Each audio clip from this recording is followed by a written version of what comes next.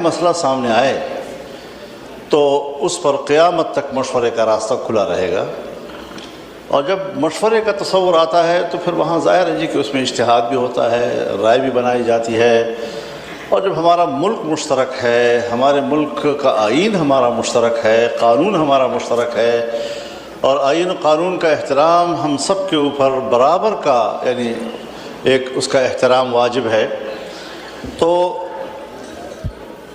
یہ اچھی بات ہوتی ہے کہ کوئی آئینی ترمیم آئے تو اس پر مشاورت ہو، کوشش کی جائے کہ آئین متنازع نہ ہو، سب کو آن بورڈ لیا جائے، سب سے بات چیت کی جائے، ان کا اوپینین لیا جائے، پھر اس کے بعد ایوان کی مرضی ہے، اس کی اکثریت جو فیصلہ کرے یا 2/3 اکثریت جو فیصلہ کرے اس کا سب احترام بھی کرتے ہیں اور اس کو قبول بھی کرتے ہیں۔ لیکن 27ویں ترمیم میں ایسا نہیں ہوا۔ یہی وجہ ہے کہ آپ کے آئین کا یہ 27ویں ترمیم اسی طرح متنازع ہوگا جس طرح کہ 18ویں ترمیم سے پہلے کی ترامیم کسی نہ کسی حوالے سے متنازع تھیں، اور آئین کے متفقہ ٹائٹل کے اوپر یہ ایک زخم تصور کیا جائے گا، ایک خراش تصور کیا جائے گا کہ یک طرفہ طور پر ایسا کیوں کیا گیا۔ دیکھیے، سن 1973 میں جناب ذوالفقار علی بھٹو صاحب کی پیپلز پارٹی 2/3 اکثریت میں تھی، اور 2/3 اکثریت سے وہ پورا آئین پاس کر سکتا تھا، لیکن انہوں نے مذاکرات کیے، طویل مذاکرات ہوئے، اور ان کے نتیجے میں پہلے عبوری آئین آیا، پھر اس کے بعد مستقل آئین آیا، اور تمام صوبوں کو اعتماد میں لیا گیا، تمام سیاسی جماعتیں، مختلف الخیال جماعتیں، مذہبی جماعتیں، قوم پرست جماعتیں، سیکولر جماعتیں، رائٹسٹ، لیفٹسٹ، سینٹرلسٹ، سب کو اعتماد میں لے کر ایک متفقہ آئین قوم کو اور ملک کو مل گیا۔ ہم نے 18ویں ترمیم میں بھی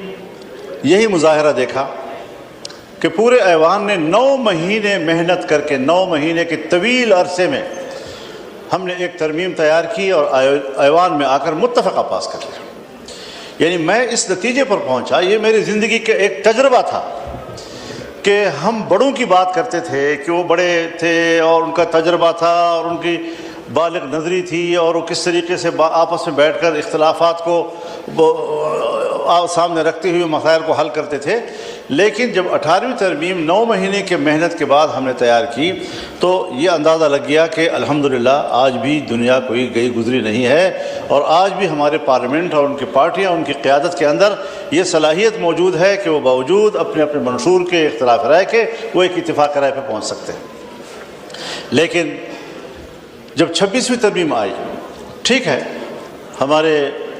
پی ٹی آئی کے دوست براہ راست اس میں شریک نہ ہوئے، لیکن وہ رابطے میں رہے، اور جو بھی ڈیولپمنٹس ہوتی تھی جے یو آئی اور گورنمنٹ کے درمیان ہم اس سے ان کو آگاہ کرتے تھے، ان کی رائے لیتے تھے، ان کی تحفظات نوٹ کرتے تھے، ان کا اختلاف رائے نوٹ کرتے تھے، پھر آپ کے سامنے ہم رکھتے تھے،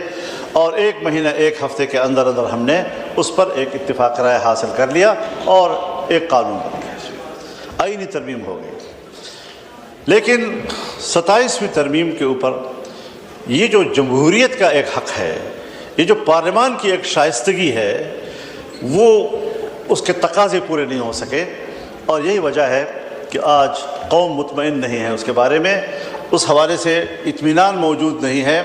نہیں کسی کو اعتماد میں لینے کی کوشش کی گئی۔ تو سب سے پہلی بات تو یہ ہے کہ شعوری طور پر ایسا کیوں کیا گیا، اور کیوں قوم کو یہ موقع فراہم کیا گیا کہ وہ آئین کے اوپر انگلی رکھے کہ آئین کا یہ حصہ جو ہے یہ جانبدارانہ ہے، یک طرفہ ہے۔ پھر اس کے اندر ظاہر ہے کہ کچھ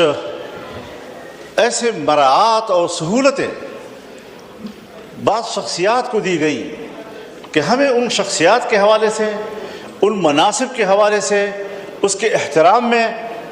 ہمارا کوئی اختلاف نہیں ہے، لیکن ملک کے اندر ایک طبقاتی فرق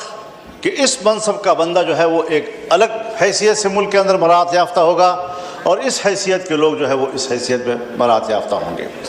تو جناب اسپیکر، یہ پہلو اس کو مد نظر رکھنا چاہیے کہ قوم میں اس کو پذیرائی نہیں مل رہی ہے، اور لوگ طنز و مزاح بھی کرتے ہیں، اختلاف رائے بھی کرتے ہیں کہ